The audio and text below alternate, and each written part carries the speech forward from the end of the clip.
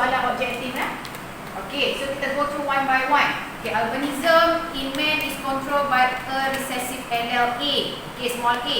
In a population, the frequency of albinism is 1 for every 14,000 individual. What is the frequency of allele small a? Okay, so in this question, dia minta awak cari frequency of recessive allele or dominant allele? Recessive allele. Okay, so based on Hardy-Weinberg, so that's why untuk soalan ni awak mesti kena tahulah. Okay, kalau untuk Hardy-Weinberg equation, okay, kita akan gunakan formula P plus Q equal to 1. So P represent dominant allele frequency, Q represent recessive allele frequency. Okay, so in this question dia minta frequency of recessive allele. Okay, so since dia minta frequency of recessive allele, so kita tengok dulu information in this question. So dia kata in a population the frequency of albinism is 1 for every 40,000 individual. Okay, so kalau orang tu ada albino, genotype dia mesti kena macam mana? Dia mesti kena homozygous recessive genotype. So means that let's say ni dia punya genotype. So kalau dia punya genotype homozygous recessive, so means that this individual will have albino. Okay, so based on Hardy-Weinberg equation, okay, this one kita nak tengok dari segi frequency of allele. Satu lagi equation adalah kita nak tengok dari segi genotype frequency. So, dia punya equation akan jadi P square plus 2PQ plus Q square equal to 1. Okay, so P square represent apa dia? Homozygous dominant genotype frequency. 2PQ represent heterozygous. Q square represent homozygous recessive. So based on this equation, so dia punya keyword dekat sini adalah kalau dia adalah homozygous recessive, so yang mana satu dia akan representkan dia? Q square. Maksudnya orang yang Q square akan ada albino. So what is Q square? This one adalah homozygous homozygous recessive genotype frequency. So means that based on awak punya jawapan mesti kena buat macam ni nak. Tulis dekat depan. Homozygous recessive genotype frequency, Q square. So equal to 1 over 40,000. Okay, so 1 over 40,000 berapa? So Q square equal to berapa? 1 over 40,000 0 point? 0 point? Okay, 0.5. Okay, tapi adakah kita nak cari benda ni? 0.25 2.5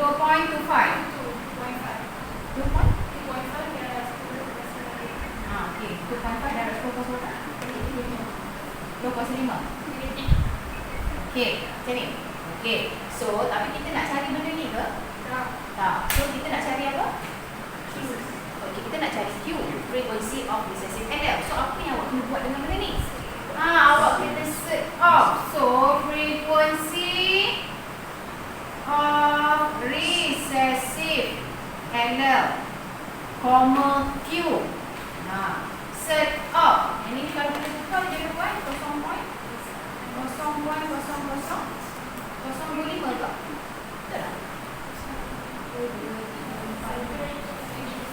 Ada? Ada satu lagi. Okay, macam ni lah kan? Okay, so means that jawapan yang kita dapat berapa? 0.005 macam ni. Okay, tapi awak tengok based on pilihan jawapan. Okay, sekejap. Dia tak minta percentage kan? Okay, so jawapan dia adalah B lah. So for question number 1, okay, the answer is B. Okay, so ingat, apa-apa pun kalau kita nak cari frekuensi, tak kisahlah dominant allele frequency ke ataupun recessive allele frequency, awak mesti kena mulakan dengan Q square. Okay, so this is question 1. Kita tengok pula question 2. Okay, the ability to taste PTC is controlled by the dominant allele T, while the inability to taste PTC is controlled by the recessive allele T kecil. Okay, in a population. 70% can taste PTC. Okay, so means that 70% tu adalah individu yang dominan ke ataupun yang recessive. Dia kata 70% can taste PTC. So means that dia adalah dominant. Can taste PTC. So dia adalah dominant. Okay, so bila dia adalah dominant, so baki daripada tu dia adalah inable to taste PTC lah. So berapa persen? 20% is unable to taste PTC. So unable to taste PTC ni adalah dominant ke recessive? Recessive. Okay, so that's why apa-apa pun awak mesti kena cari bilangan yang recessive dulu. So soalan ni minta apa? By assuming the population is in equilibrium, what is the frequency of LLT? T kecil, maksudnya dia minta awak cari frequency of recessive LL. Okay, in the population mentioned. Okay, so macam mana nak cari? Kita dah dapat dah percentage of recessive kan? Okay, adakah awak boleh cari P square sama dengan 70 over 100 macam tu? Tak boleh. Kenapa kita tak boleh start dengan P square? Kenapa tak boleh? Sebab ada percentage. Ya, sebab kalau dominan ni dia sebenarnya adalah P square plus 2P Q sama dengan 70/100. Kalau macam ni, adakah senang kita nak cari bilangan dia? Susah. So, sebab tu apa-apa pun kena cari Q square. So, Q square apa? Tadi Q square 30/100 kan? So, maksudnya Q square equal to 0.3. Tapi soalan dia minta awak cari apa? Frequency of recessive allele. So means that awak mesti kena cari Q pula. So nak cari Q macam mana? Okay, so set of 0.3. So berapa jawapan dia? 0.55. So jawapan dia adalah D. Okay. Setakat ni boleh ke? Okay nak? Okay. Siapa ni? Aidil? Cuba buat nombor 3. Aidil buat nombor 3. Siapa ni? Idham nombor 4. Buat nombor 3 nombor 4 tu. Okay. Ini ada nombor 2.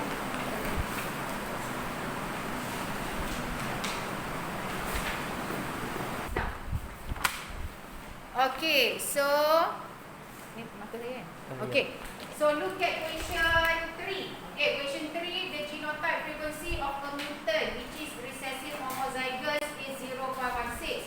What is the frequency of the mutant allele?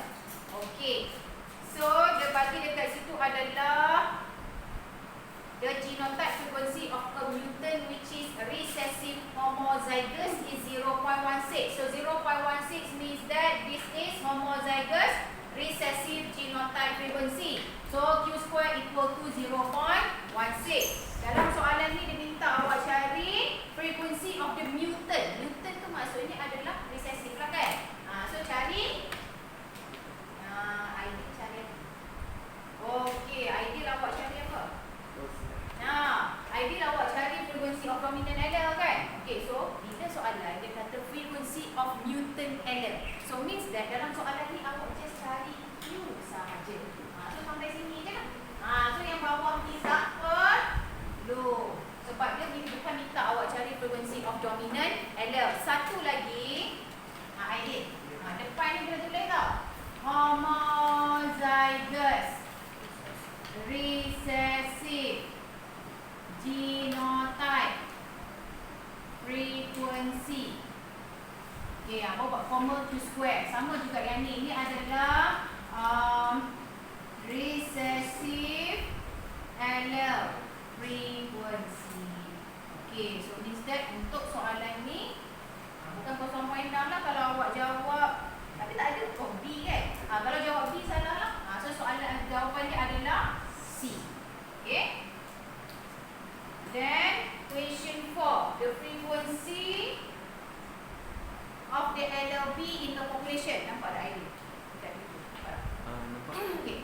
The frequency of the LLB in the population at genetic equilibrium is 0.7. So what is the frequency of the BB? Itu adalah heterozygous. So bila dia kata dia minta awak cari heterozygous, so means that awak mesti kena cari 2PQ. Okay, so macam yang Ilham buat ni. Okay, P 0.7. So awak cari Q 0.3. Okay, lepas tu awak masukkan dalam equation kan. Okay, tak perlu masuk dalam equation pun tak apa. Sebab kita dah dapat cari P dan kita dah dapat cari Q. So just masukkan saja 2 0.7 PQ kan, 0.3. So kita dapat dah berapa? 0.4 2 kan. Okay, yang ini apa ni? Ilham? Tak tahu silap. Yang ni tak perlu. Sebab bila dia minta awak cari frequency of heterozygous, denoted frequency of heterozygous, so maksudnya based on Hardy-Weinberg equation kita tengok 2PQ.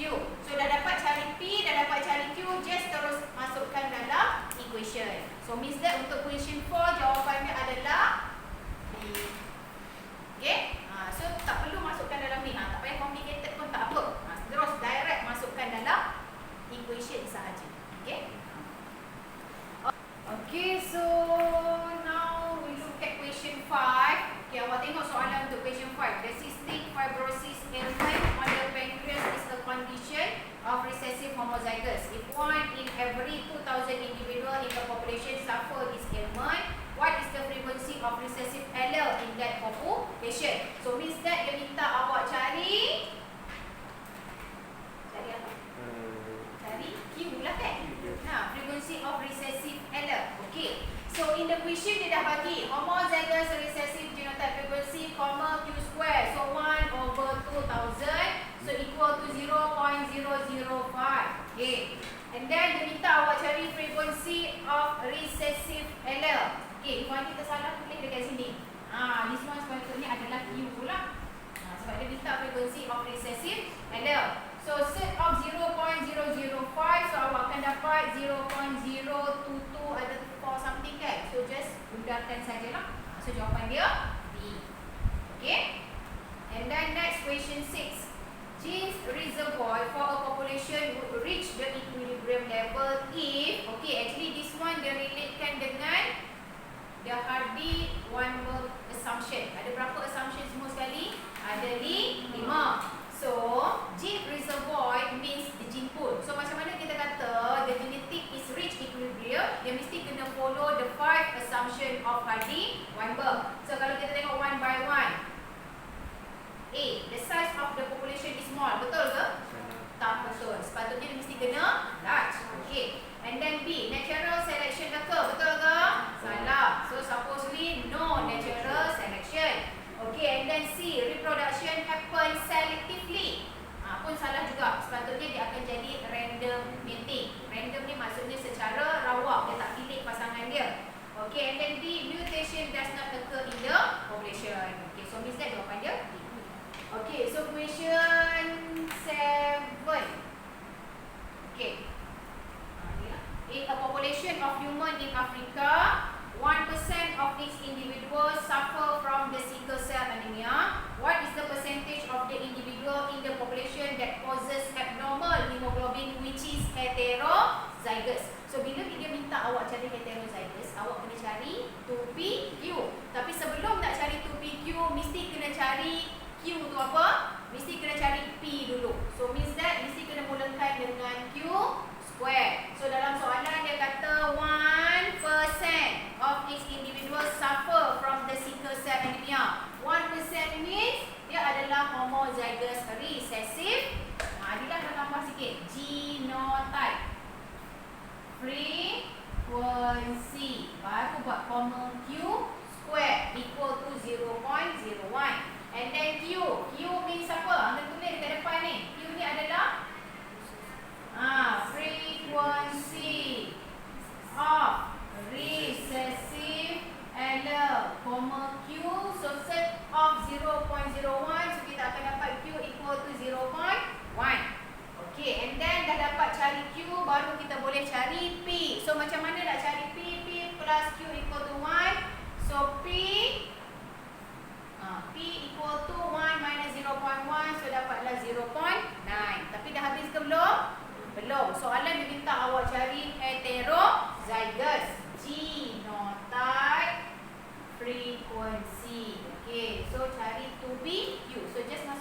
saja dalam equation. Dapatlah 0.18.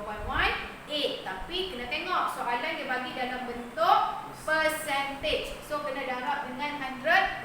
So dapatlah 80%. So jawapan dia C. Okay.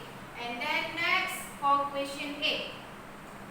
In a type of mammal, genes for the albino are recessive to the brown hair gene. In the investigation, it is found that 72 out of 500 mammals are albino. What is the genotype frequency for the heterozygous albino in that population? So yang ni pun sama, dia minta awak cari heterozygous. So cari 2PQ lah. So sama juga konsep macam tadi, homozygous genotype frequency, Q square 72 over 500. So untuk dapatkan recessive allele frequency set of, apa tunjuk tau? Yang ni awak tunjuk dulu sebelum tu. Okay, maksudnya adalah Q set of 72 over 500 apa? Kena buat dulu step by step. 72 over 500 dapat 0.144. Okay, so maksudnya Q adalah apa? 0.3. Okay, so kat sini tadi 90 buat macam mana? Okay, ini Q sama dengan 0.38 kan? Okay, so tadi 90 tak set off so tertinggal yang tu lah. So maksudnya awak mesti kena set off kan dulu. So dia akan jadi Q, untuk dapatkan Q mesti kena set off 0.144. So Q equal to 0.38. Dah dapat cari Q, baru kita boleh cari P. So how to find P? 1 minus 0.38 dapat 0.62. Then baru masukkan dalam equation. So 2 times 0.62 times 0.38. So berapa jawapan dia? Dapat tak 0.47. So sepatutnya jawapan dia bukan D, tapi adalah B. So question 8 B. So 90 tadi tersilap yang tu je lah.